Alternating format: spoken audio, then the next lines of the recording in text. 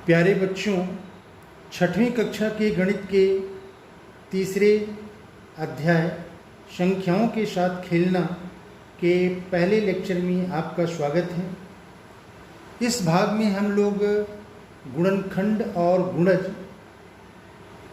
को सीखेंगे। किसी संख्या का गुणनखंड क्या होता है, गुणज क्या होता है, इसको भिन्न भिन्न उदाहरणों के द्वारा सीखने का प्रयास करेंगे।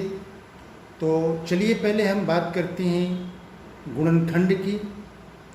तो यहाँ पे ध्यान दीजिए कि अगर कोई संख्या हो, सपोज कर लें अगर 6 है, तो इस 6 को दो संख्याओं के गुणनफल के रूप में हम निम्न प्रकार लिख सकते हैं। जैसे 6 बराबर ये 1 गुणे 6, या 6 बराबर लिख सकते हैं 2 गुणे 3, या 6 बराबर लिख सकते हैं 3 गुणे 2, या 6 बराबर लिख सकते हैं 6 गुणे 1। ठीक है, तो यहाँ पे 6 बराबर 1 गुणे 6 का मतलब क्या है, यानी कि 6 में अगर हम 1 से भाग दें तो शेषफल कितना आएगा, 0। या 6 में हम 6 से भाग दें तो शेषफल कितना आएगा, 0। इसका मतलब ये हुआ कि इस 6 को या 1 और 6 ये दोनों पूरा पूरा विभाजित कर रहा है। फिर यहाँ पे ध्यान दें, यहाँ पे है 6 में अगर 2 से भाग दें तो 2 तिहाई 6, शेषफल 0 आएगा। फिर अगर 6 में 3 से भाग दें तो 3 दूनी 6, शेषफल क्या आएगा, 0। तो इसका मतलब क्या हुआ, इसका मतलब ये हुआ कि इस 6 को यह 2 और 3 पूरा पूरा विभाजित करता है, इस 6 को यह 1 और 6 पूरा पूरा विभाजित करता है। तो जो संख्या किसी संख्या को पूरा पूरा विभाजित करती है वह संख्या उसका गुणनखंड कहलाती है। यानी कि इस 6 का गुणनखंड क्या क्या हो सकता है। इस 6 का गुणनखंड 1 होगा, फिर 2 होगा, 3 होगा और 6 होगा। ठीक है, तो इसी तरह से अगर एक और एग्जाम्पल हम लें, ये सपोज कर लें 18 है, तो 18 का गुणनखंड क्या हो सकता है।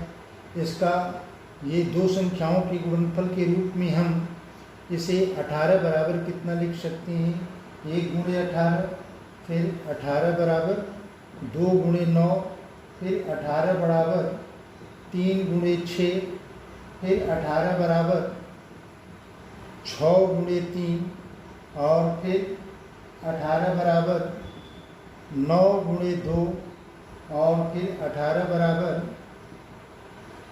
18 गुणे 1। यानी कि 18 को हम ये दो संख्याओं के गुणनफल के रूप में इस प्रकार लिख सकते हैं। तो इस प्रकार लिखने का मतलब क्या हुआ कि 18 को ये 1 भी पूरा पूरा विभाजित करेगा, 18 भी करेगा, इस 18 को यह 2 भी पूरा पूरा विभाजित करेगा, और 9 भी पूरा पूरा विभाजित करेगा। तो विभाजित करने का मतलब क्या हुआ कि 18 का विभाजक क्या है, 1 है, 18 है। ये यहाँ पे 18 का विभाजक 2 और 9 है, यहाँ 18 का विभाजक 3 और 6 है। ठीक है ना। तो यहाँ पे जो विभाजक होता है वो उस संख्या का, किसी संख्या का विभाजक उस संख्या का क्या कहलाता है, गुणनखंड कहलाता है। तो यहाँ पे 6 के संभावित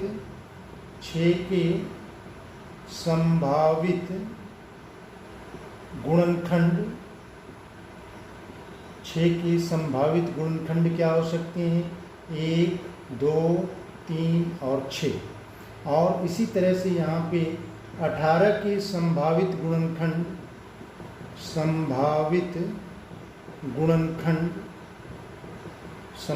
गुणनखंड क्या होगा, 1 होगा, 2 होगा, 3 होगा, 6 होगा, 9 होगा और 18 होगा। ठीक है, तो हम आपको बताने का प्रयास ये कर रहे हैं कि किसी संख्या का गुणनखंड वे सारी संख्याएं कहलाएंगी जो उस संख्या को पूरा पूरा विभाजित कर दें। ठीक है, अब यहाँ पे हमने लिखा 6 के संभावित गुणनखंड, यानी कि 6 को या 1 भी विभाजित कर देगा, 2 भी पूरा पूरा विभाजित करेगा, 3 भी पूरा पूरा विभाजित करेगा और 6 भी पूरा पूरा विभाजित करेगा।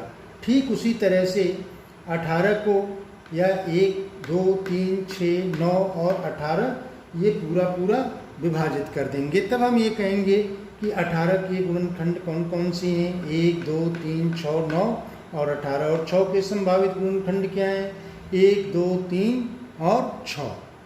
ठीक है, तो अब इसको हम परिभाषा के रूप में कैसे लिखेंगे। तो प्यारे बच्चों, अपनी नोटबुक में आप परिभाषा को कैसे लिखेंगे, ये मैंने इसको पूरा लिख दिया है। यहाँ पे देखिए, गुणनखंड को हम परिभाषित करेंगे। ऊपर जो हम आपको उदाहरणों के द्वारा गुणनखंड को मैंने समझाया है, बताया है, उस हिसाब से किसी संख्या का गुणनखंड। अब अच्छा, गुणनखंड को हम अपवर्तक भी कहते हैं। तो किसी संख्या का गुणनखंड या किसी संख्या का अपवर्तक वह है जो संख्या को पूर्णतया विभाजित कर दे, या दूसरे शब्दों में किसी संख्या का गुणनखंड उसका एक पूरा पूरा विभाजक होता है। जैसे 4 है, तो 4 का जो संभावित गुणनखंड है 1, 2, 4, यानी कि 1 भी इस 4 को पूरा पूरा विभाजित करेगा, 2 भी करेगा, 4 भी करेगा। इसी तरह से 6 के ये गुणनखंड है, 18 के गुणनखंड है 1, 2, 3, 6, 9, 18। अब इन उदाहरणों से कंक्लूजन क्या निकल रहा है, निष्कर्ष क्या निकल रहा है। वो पहला निष्कर्ष ये है कि किसी संख्या का पहला एवं सबसे छोटा गुणनखंड 1 होता है। अब यह देखिए, यहाँ पे 4 में क्या है, 1, 6 का गुणनखंड में भी 1, 18 के गुणनखंड में भी 1, या और भी ढेर सारी संख्याओं को हम लेंगे तो सबका गुणनखंड क्या आएगा, 1 आएगा, और ये सभी गुणनखंडों से क्या होगा, छोटा होगा। अच्छा, दूसरा कंक्लूजन ये है कि किसी संख्या का सबसे बड़ा एवं अंतिम गुणनखंड वह स्वयं संख्या होती है। अब यहाँ देखिए, 1, 2, 4 में सबसे बड़ा 4 है, और यह 4 क्या है, स्वयं वह संख्या है, यानी कि 6 है। तो यहाँ पे 6 इसका गुणनखंड भी है, और ये स्वयं ये संख्या है, और इसमें सबसे बड़ा है। तो दूसरा कंक्लूजन ये है, निष्कर्ष ये है कि किसी संख्या का सबसे बड़ा एवं अंतिम गुणनखंड स्वयं वह संख्या होती है। तीसरा, अब यहाँ पे देखिए, जितने भी आप गुणनखंड, संभावित गुणनखंड निकाले हैं, इनको आप काउंट कर सकते हैं, गिन सकते हैं। अब 4 के गुणनखंड 1, 2, 3 हैं, 6 के गुणनखंड 1, 2, 3, 4 हैं, 18 के गुणनखंड 1, 2, 3, 4, 5, 6 हैं। यानी कि किसी संख्या के गुणनखंडों की संख्या निश्चित होती है। अच्छा, चौथा नंबर है कि किसी संख्या का गुणनखंड संख्या से, इस 18 से या तो छोटा होगा या इसके बराबर होगा। यहाँ देखिए, 6 से 1, 2, 3 ये छोटा है और या इसके बराबर है। तो चौथा ये है कि किसी संख्या का गुणनखंड संख्या से छोटा या बराबर होता है। अब हम लोग बात करेंगे गुणज की या मल्टीपल की। प्यारे बच्चों, गुणज को हम अपवर्त भी कहते हैं और इसकी अंग्रेजी क्या है, मल्टीपल। तो किसी संख्या का गुणज वे संख्याएं हैं जो उस संख्या से पूर्णतया विभाजित हो जाए। ठीक है, अब यहाँ पे ये जैसे एग्जाम्पल है 2, तो यह 2 इन जितनी भी संख्याएं हैं ये सबसे क्या होगा, विभाजित हो जाएगा। 2 को अगर इसमें हम भाग करें तो 2 एकम 2, 2 दूनी 4, 2 तिहाई 6। इसी तरह से 3, ये जितनी भी संख्याएं हैं सभी संख्याओं से विभाजित हो जाएगा। इसलिए सभी संख्याएं 3 का क्या कहलाएंगी, गुणज कहलाएंगी। इसी तरह से 4 का गुणज 4, 8, 12, 16, 20, 24 इस तरह से आती जाएंगी। आगे भी अनंत तक संख्याएं हमें मिलेंगी। इसी तरह से 12 का गुणज है तो 12, 24, 36, यानी कि यह जो 12 हैं ये सब में जितनी भी संख्याएं हैं सबको ये क्या करेगा, विभाजित कर देगा। तब ये 12 जिसको जिसको विभाजित करेगा वो सारी की सारी संख्याएं क्या कहलाएंगी, 12 की गुणज कहलाएंगी। यह 4 जिन संख्याओं को विभाजित करेगा वो संख्याएं इसकी क्या कहलाएंगी, गुणज कहलाएंगी।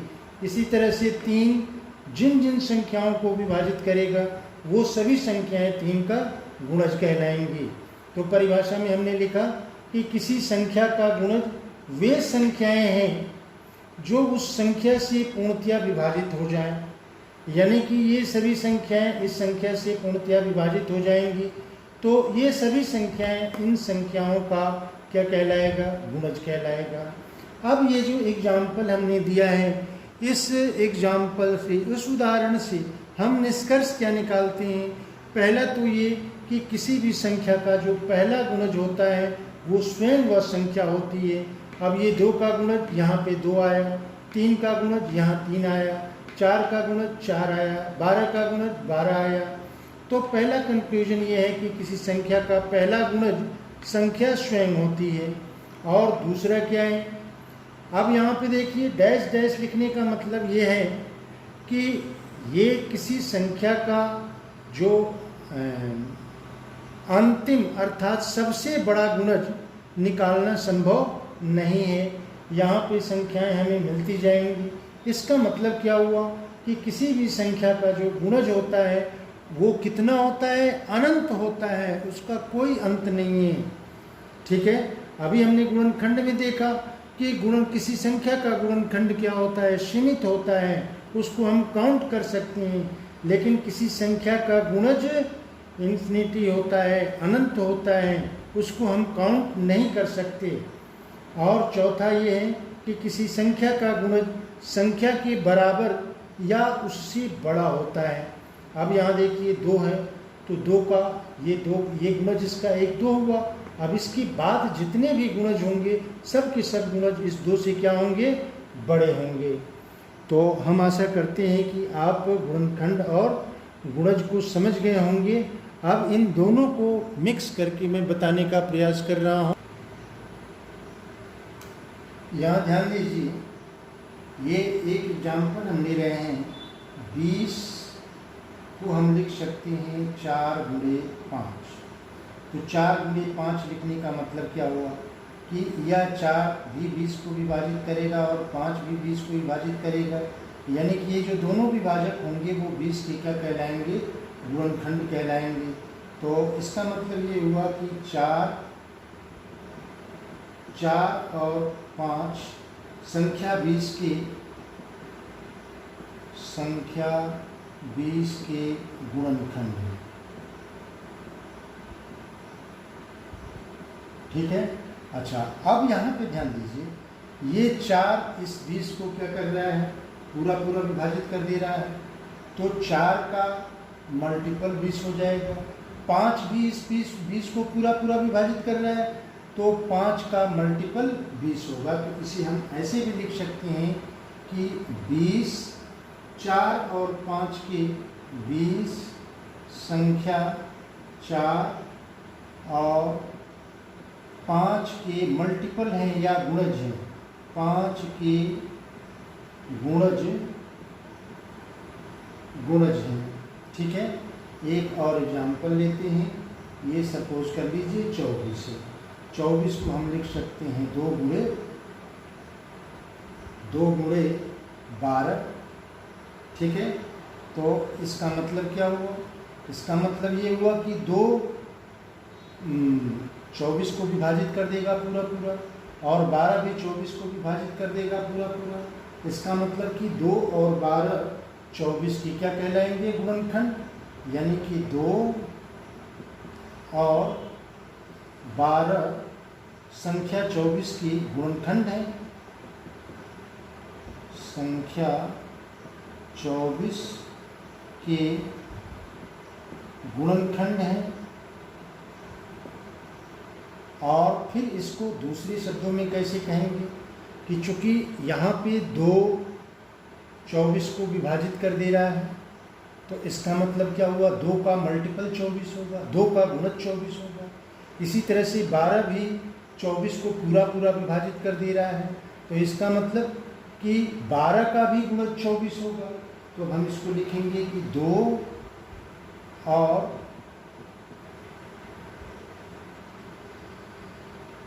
संख्या 24, संख्या 24 2 और 12 की गुणज है, 2 और 12 के गुणज है। ठीक है। अब इसी तरह से ये कुछ प्रैक्टिस के सवाल हैं।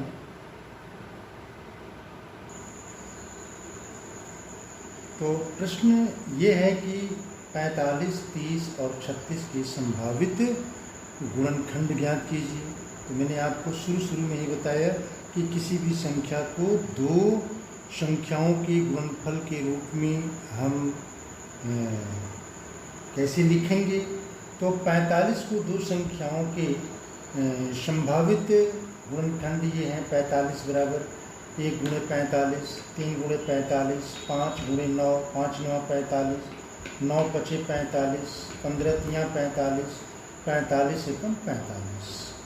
तो ये सभी संख्याएं 45 को क्या कर रही हैं, पूरी विभाजित कर रही हैं। तो 45 को पूरी विभाजित करने वाली संख्याएं ही 45 की गुणनखंड कहलाएंगी। तो यहाँ पे पहला 1 होगा, फिर 3 होगा, फिर 5, फिर 9, फिर 15 और फिर 45। ठीक है। इसी तरह से 30 को हम 2 संभावित 2 संख्याओं के गुणनफल के रूप में पहले हमने लिखा, और फिर हमने देखा कि कौन कौन सी संख्याएं, यानी कि यहाँ पे 1 है, फिर 2 है, फिर 3 है, फिर 5 है, फिर 6 है, फिर 10 है और फिर 15 है। तो यहाँ पे देखिए 30 की संभावित गुणनखंड 1 2 3 5 6 10 और 15, और इसी तरह से हम 36 के भी निकाल सकते हैं। ठीक है। अब हम लोग अगला जो टॉपिक पढ़ेंगे वो है संपूर्ण संख्या। तो संपूर्ण संख्या की हम चर्चा कर रहे हैं कि वह संख्या जिसके सभी गुणनखंडों का योग उस संख्या का 2 गुना हो, तो हम उसे संपूर्ण संख्या कहते हैं। जैसे 6 है, तो 6 का गुणनखंड क्या होगा, 6 का गुणनखंड ये बराबर होगा 1 2 3 और 6। अब यहाँ पे क्या कह रहे हैं कि सभी गुणनखंडों का योग उस संख्या का 2 गुना। अब इनका योगफल कितना हो जाएगा, 6 के गुणनखंडों का, 6 के गुणनखंडों का योग ये बराबर होगा 1 धन 2 धन 3 धन 6। अब ये 2 1 3 और 3 6 और 6 12। ठीक है। और ये 12 क्या है, 6 का 2 गुना है, 2 गुणे 6। इसका मतलब क्या हुआ कि 6 एक संपूर्ण संख्या होगी। इसी तरह से 28 है, तो 28 का गुणनखंड क्या होगा, 28 का गुणनखंड पहले तो 1 होगा, फिर 2 होगा, और फिर 4 होगा, फिर 7 होगा, फिर 14 होगा और फिर 28 होगा। अब इसको जोड़े हैं तो 1 धन 2 धन 4 धन 7 धन 14 और धन 28। ठीक है। अब ये कितना हो जाएगा जोड़ेंगे तो 8 4 12, 12 और 7 19, 19 और 4 23, 23 और 2 25, 25 और 1 26, 26 हासिल 2 और 2 4। ठीक है।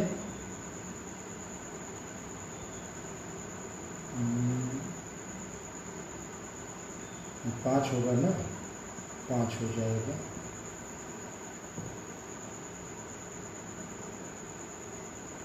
चार और 5, ये फिर से देख लीजिए। 8 4 12, 12 12 7 19, 19 4 23, 23 और 2 25 और 1 26 की 6 हासिल 2 और 2 4 और 1 5, 56 हुआ। अब यहाँ पे देखिए 56 आपका 2 गुणे 28, यानी कि 28 की 2 गुने के बराबर है 56। इसका मतलब क्या हुआ कि 6 और 28 ये समपूर्ण संख्याएं हैं। अब आपके बुक में कुछ उदाहरण दिए हुए हैं, उनको भी हम लोग सॉल्व करें। तो यहाँ पे उदाहरण नंबर 1 है कि 68 के सभी गुणनखंडों को लिखिए। तो यहाँ पे हम देखते हैं कि 68 बराबर कितना होगा, 1 गुणे 68। फिर 68 को हम क्या लिख सकते हैं, 2 गुणे 34, 2 चौको 8, 2 3 6। फिर 68 को क्या लिख सकते हैं, 68 ये बराबर होगा 17 गुणे 4, और फिर 4 गुणे 17, 4 गुणे 17, और फिर 68 को लिख सकते हैं 17 गुणे 4। ठीक है, तो यहाँ पे 4 और 17 ये 2 बार आ रहा है। तो 68 का आता है, 68 के सभी गुणनखंड इस प्रकार 68 के सभी गुणनखंड क्या क्या होंगे, 1 2 फिर 4 फिर 17 फिर 34 और फिर 68। ठीक है, अब चलते हैं उदाहरण नंबर 2 पे। उदाहरण नंबर 2 है कि 36 के गुणनखंड ज्ञात कीजिए। तो 36 को हम 2 संभावित गुणनफलों के रूप में कैसे कैसे लिख सकते हैं, 1 गुणे 36, फिर 2 गुणे 18, 3 गुणे 12, 4 गुणे 9, 6 गुणे 6। तब ये 36 के वांछित गुणनखंड क्या होंगे, 1 होगा, 2 होगा, 3 होगा, 4 होगा, फिर 6 होगा, फिर 9 होगा, फिर 12 होगा, और फिर उसके बाद 36 हो जाएगा। अब अगला जो उदाहरण है वो है 6 के सभी 5 गुणज लिखिए। तो वांछित गुणज क्या होंगे, वांछित 6 के वांछित गुणज, 6 के वांछित गुणज ये होंगे 6 गुणे 1 बराबर 6, 6 गुणे 2 ये बराबर 12, 6 गुणे 3 18, 6 गुणे 4 24 और 6 गुणे 5 30, अर्थात 6 का पहला गुणज होगा 6, फिर 12, फिर 18, फिर 24 और फिर 30। ठीक है, तो ये आपका ये उदाहरण कंप्लीट हो गया, और इस लेक्चर को हम यहीं समाप्त कर रहे हैं। और मेरा वीडियो कैसा लगा इसे कमेंट बॉक्स में लिखिएगा, और इसके बाद अगले लेक्चर में हम लोग प्रश्नावली 3.1 के प्रश्नों को हल करेंगे। Best of luck.